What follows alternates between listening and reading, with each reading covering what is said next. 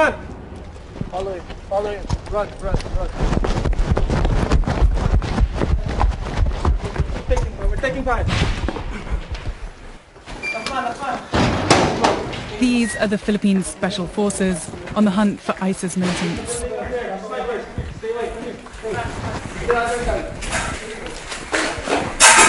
Just taking cover here because the snipers all around the city, so even getting to the positions they need to be in is a challenge.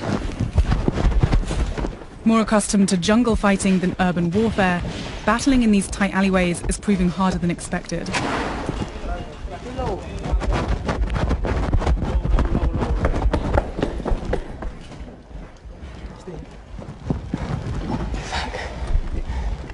These buildings were previously occupied by the terrorists. Are they still here? Those were shooting at us. Where are their snipers? There, the big buildings over there. How close? 200 to 250 meters.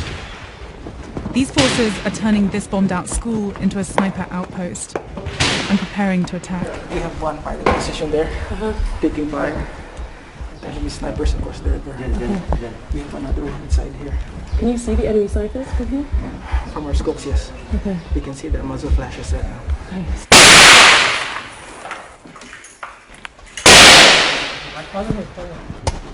And under the table, under the table.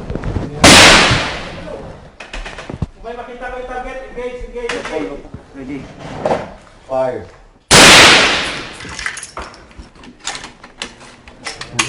Nakita mo yung butas doon, tapos butas niya.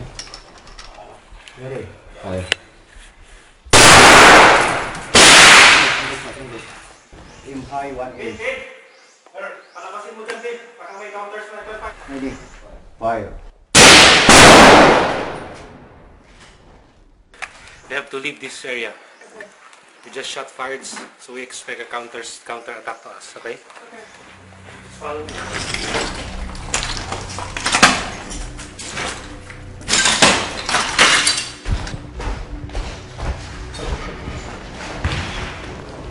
With the enemy now firing back, the unit is taking cover in this classroom until the escape route is clear.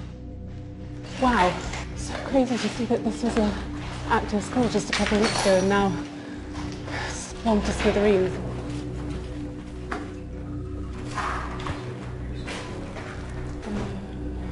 Is this the toughest war you've been in? Why? They're not running out of ammo. They can leave behind IEDs while they're pursuing them. 2 IEDs laid here by the terrorists because this used to be a terrorist stronghold.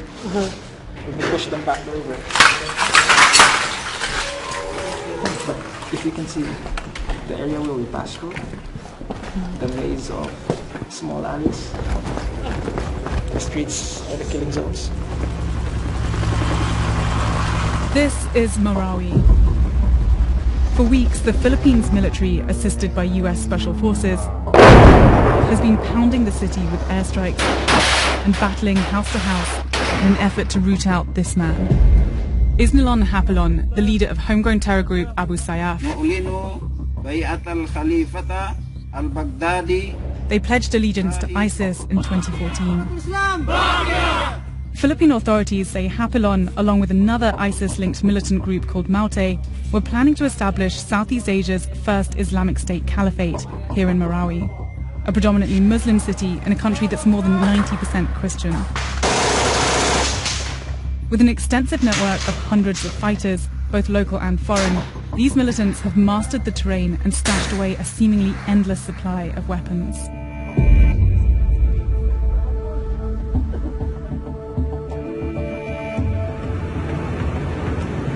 Right into Marawi city right now, towards the heart of the battle.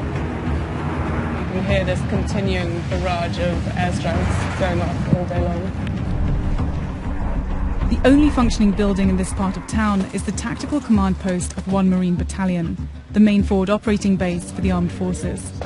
We're being fired at? Yes. From where? From that position. From that position? Yes. Okay. So, we should keep a low profile. Yeah. Okay. Have they managed to fire in here into the base before? This is still a hot zone. Major Rowan Remus is one of the commanding officers who's been stationed here since the fighting began. Firing, firing! Can you just show us where the enemy is? Okay, this is Mapandi Bridge. Before, this was well defended. So they place car bombs, roadblocks, and they employed sniper fires. So the city is essentially divided by this river going Yes. through. Okay. So the enemy is contained within this area on the other side of the bridge. Other side of the bridge. Okay. Now, the target of our maneuvering elements is to neutralize those vantage positions through our mortar fire. Sounds close.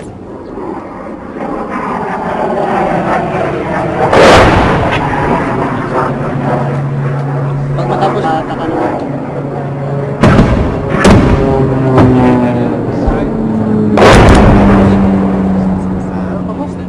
These guys have been pounding the city with airstrikes and they're just about to send this mortar into enemy territory.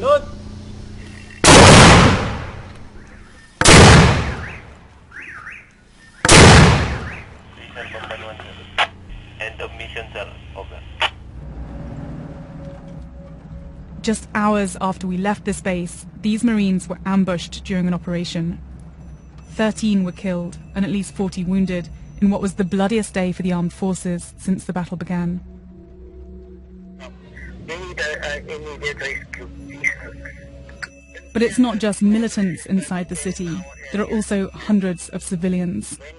We managed to get the number of one man who's trapped in the heart of the siege. We are all dehydrated here and we're running out of food. And we have 2 child here and undergoing trauma. Do you have a plan to escape? We don't have concrete plan, ma'am, because we don't know which is the basis of IC, so we have to stay put and wait for the rescue. Are you safe right now? I don't know, ma'am, but I think the authorities know that we are here. Ma'am, I have to hang up. I'm running out of battery and my battery is reserved for the rescue team. Please, just help. Thank you. Okay. Who? He hung up.